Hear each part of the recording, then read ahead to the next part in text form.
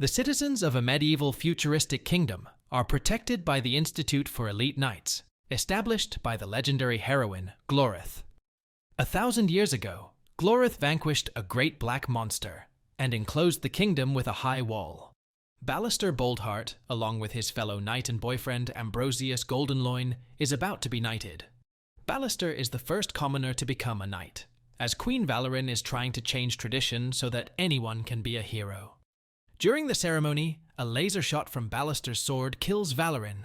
A distraught Ambrosius ends up cutting off Ballister's right arm, and Ballister becomes a fugitive. As Ballister hides and crafts a prosthetic replacement arm, he is visited by a shapeshifter named Nimona, who has faced persecution for her powers. Seeing a villainous spirit in Ballister, as he is facing similar treatment for his commoner origin and the murder of the queen, Nimona declares herself to be his sidekick. To clear Ballister's name, the duo kidnaps Diego, the squire who gave him the sword. Diego gives them video evidence, revealing that the director of the institute is the murderer. The duo confronts Ambrosius and the director with the evidence, but the director manipulates her knights into destroying the evidence. Later, Ambrosius confronts the director, who stabs him and admits that she framed Ballister and murdered the queen, as she objected to the queen revising tradition by allowing commoners to become knights, fearing that doing so would lead to the kingdom's downfall. However, Ambrosius turns out to be a disguised Nimona. Ballister records the director's confession, then posts it online, leading to public outcry. The director discovers through ancient scrolls that Nimona is the great black monster defeated by Glorith.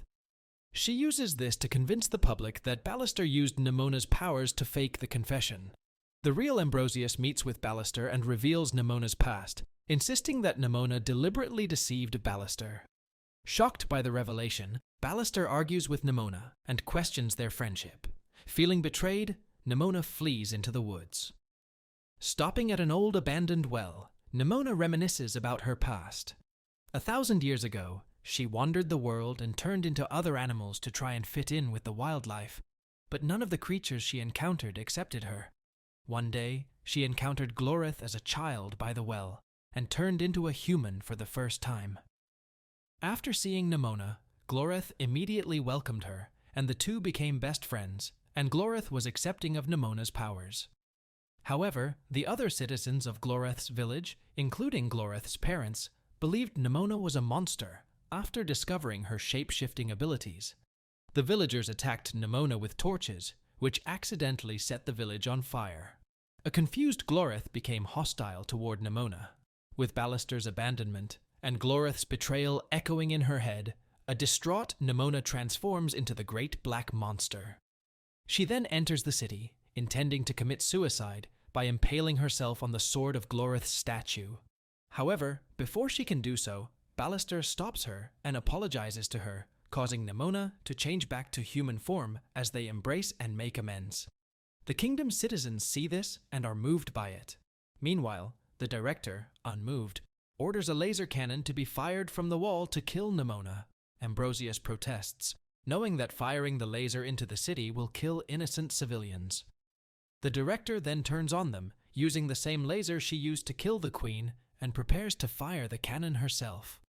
To save the kingdom, Nimona assumes a giant red phoenix-like form and flies into the cannon, resulting in her apparent death as well as the death of the director. The resulting explosion destroys part of the wall, revealing a beautiful mountainous valley behind it.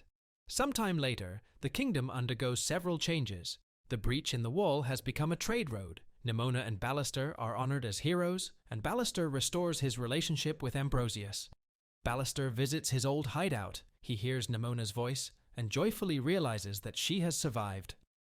Alright, that's Nimona Recaps. If you like video like this, don't forget to like, share, comment, and subscribe this channel.